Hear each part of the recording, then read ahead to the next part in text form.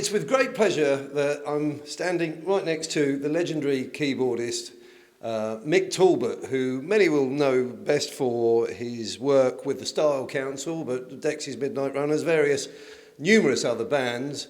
And Mick won't remember, but I actually met you about 5 years ago at the bar in Jerry's. Drinking club, yeah, I remember that, yeah. Do you? Yes, yeah, I do, yeah. I was absolutely thrilled to meet you. Nice Piers, isn't it? Yeah. Yeah, yeah, see. Yeah, it's all coming back to me. I didn't think you'd have a chance remembering that.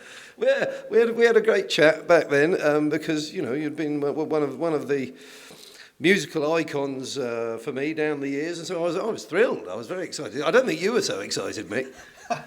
Well, you know, it's nice if you feel that way, but you know, I don't feel like an icon. I feel like more like an eyesore, you know. But yeah, it's very nice if you appreciate elements of my.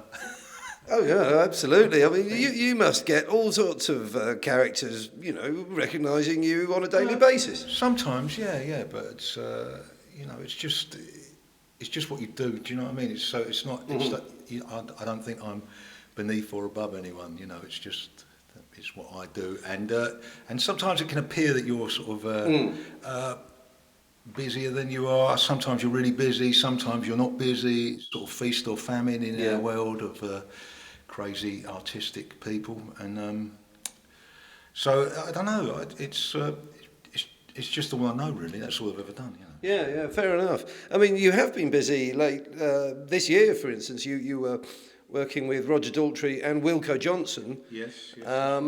Tell us how that came about. I just got sounded out really at the 11th hour.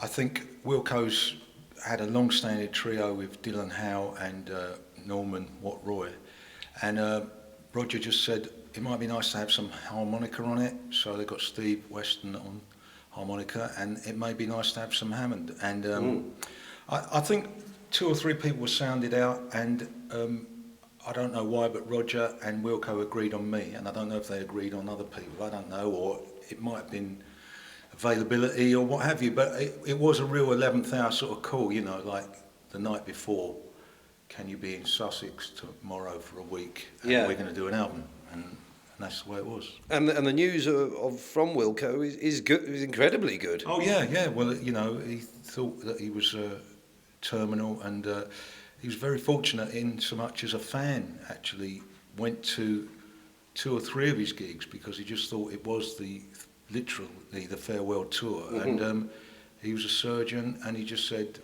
I've seen a lot of people with your condition, if you forgive me, you're not showing the symptoms that I think that you should at this stage, and can I give you a second opinion? And it's like some pioneering operation, and he's got him through it, you know. Wow, I didn't realise it was a fan. It wasn't simple. I mean, I think it was a really long thing, you know, and it was kind of 50-50 whether he'd come out of it, but it was better odds than he'd been given before for anything, you know. So it's a real true life fairy tale, you know, stranger than fiction. Yeah, it's extraordinary. The Mick Talbot diary up until Christmas, is it a busy and packed one, or you know, are you doing many live shows or studio? Well, it's sort of sloping off a bit. I've just been very busy in September and October. On the back of doing Wilko and Roger Daltrey's combined album, I got asked to do Roger's solo album. He hasn't done one for about 25 years. But I just think he's kind of got enthused about things outside of working with Pete. But it's funny, it's all sort of cascading because they're celebrating their 50th anniversary, The Who. And I think their British tour starts in about a month. So, I don't know, a nucleus of about 5 musicians. We went to Rockfield in Wales for about a fortnight with the same producer that did Wilko.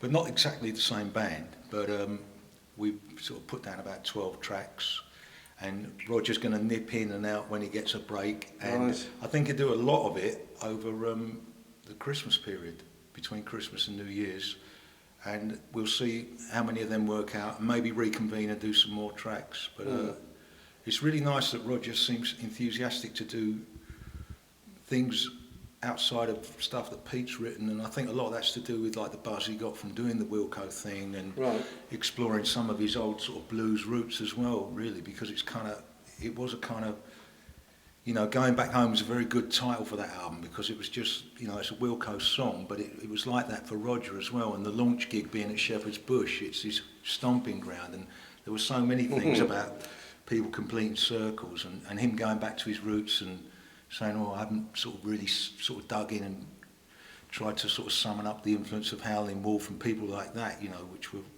his real sort of cherished roots of sort of Chicago blues, which is like a large part of Wilko's thing. So it was nice to see that, you know. Well, Mick, you're sort of come from sort of modish roots and have played with a lot of modish bands. Is that the type of the style of sort of music? I mean, what I'm trying to say is, would you ever say to a band or whatever, no, I can't do that style of music, or, you know, it's not really my scene? I don't know. I'm not really like that. I'm quite open-minded about music. I mean, if I get asked to do something and I think it's not quite my thing, as long as I don't despise it, I find it like a challenge to try and have a go at it. And you know, you're always learning. And that's not to say that I'll sort of like just grasp onto anything, but so you challenge yourself. I have been surprised by some things I've been booked to do, and it's enlightened me and educated me, and you know, I've come out the other end not too scathed. And, you learned a bit, and it's all right, you know. So it's not to do with that, and it's like I don't have any sort of like manifesto where I'm not going to work with someone because I don't like his jacket or something. You know? Right, yeah. Well, I mean, the Who sort of bestrode being both mods and rockers, really, didn't they? Quite interestingly. Well, yeah, I think, you know, isn't there that, I don't know who said it, but the Who are a band who became mods, and the Small Faces are mods who became a band, and I think that expresses. Yeah, right. You know, I think Pete Meaden kind of pushed the Who a certain way in their early years, and I mean, if you see pictures of them really early on, they've got leather waistcoats and banjos, and they're a bit like trad jazz and stuff. Right. And you know, I think John used to play trombone as well as bass, and I think, you know, I think they embraced a lot of different, you know, styles before they arrived at, you know, the mod thing. As well, speaking of mods, perhaps Britain's best known mod nowadays, Paul Weller. Are you still getting on well with him? I don't see him that often, but I get on all right with him when I see him. I went to his launch for his clothing range fairly recently. Yeah. So yeah, I saw him there, you know. Yeah, I don't know. We sort of seem to see each other like 3 times in a month, and then don't see him for about a year and a half. You know what I mean? Okay. I think we're more in contact by social media, not tweeting or anything like that. I would hope not. Some old-fashioned stuff with hand-wired valve portable mobile phones that were built in 1959, and just texting each other when there's like, I don't know, good music documentaries on BBC4 or something, and things like that, or just documentaries that we know we share common ground on, and not necessarily about music either. So we seem to nudge each other when there's things like that on the horizon. You know? Oh, okay. And we're getting to the end, Mick, because I know you're a busy man, but in terms of technology, I mean, you must have started playing keyboards, I suppose, or maybe piano before synthesizers and things like that. And I used to play keyboards as well. I used to have a Roland Juno 6, but it used to take about 3 minutes between songs, putting all the sliders in the right place to get the right sound. Sure. Yeah, and nowadays, I understand it's a button thing. Have you found, the technology that's evolved as a professional keyboardist has helped you? And I think it can help you. I mean, I'm kind of, I don't know what the right word for it is. I'm a bit sort of meat and potatoes. I like traditional things, I guess. But there are a lot of things that can get quite close approximations of classic instruments that I like, which will stop you breaking your back or get a hernia. Yes, I see. Right. But there's no real substitute for the real things, like maybe 3 or 4 things that I like in my palette, that if you're recording, it's really quite nice to have the real deal. But it is very, I mean, you know, people can get really kind of a bit silly about that. I mean, people want to be sort of purist and just go, well, you're playing some plastic thing up there and it's just churning out. It's like, yeah, well, this is a 4-piece band on a very small stage. You know, I'd have ideally a Bosendorfer, a Rhodes, a Wurlitzer. There wouldn't be enough room for me on the stage. You know what I mean? It's like Hammond, you know, which is incorporates a wardrobe for the speaker system, and you know, it's so you know, I think you just got to be realistic and embrace the advantages you can get out of technology. I was lucky enough to catch you in the Radio 6 buildings the other day. You were playing a sort of a red keyboard of some type. Yes, yeah, it is a red keyboard of a certain type. Right, which I thought it was. I don't need to name because they don't give any freebies. Oh, but, I see, right. There are other people that give freebies that do similar things, but I don't know, they're quite lightweight, and you know, I came on the tube and it went in a rucksack on my back. Did it? Yes, and so it's quite handy, right. you know, it's like a little sawn-off shotgun, you know, it gets the job done.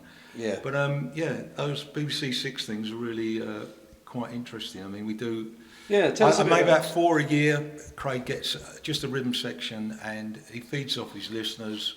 He chooses a sort of kind of broad, I don't know, subject. Sometimes we do like a Stax tribute. Sometimes it'll be Northern Soul. I think he had Snowboy in here, and they were sort of doing a face-off like Northern Soul v Southern Soul. So we had some Southern Soul tunes and some Northern Soul. And it's a real interesting thing. It's like it's a unique opportunity, because it's not like you're going out and doing a sort of hackneyed cover set. It's just like whatever the feedback he gets during the week leading up to the show is, that will inform what your set list is, and you'll try and whittle 5 tunes out of that and make them work with a 4-piece band. Right. When some of these have got phenomenal orchestrations, but you just get to the nitty-gritty of it, and it's a little bit like some of the master series of Motown artists, when you can kind of break down the mix and just hear the rhythm section of like what's going on. And finally, Mick, what have we got penciled in for next year? Any interesting projects you know of as yet? Well, I think we might have to do about 4 or 5 more songs for Roger's album, right. So that's looking interesting.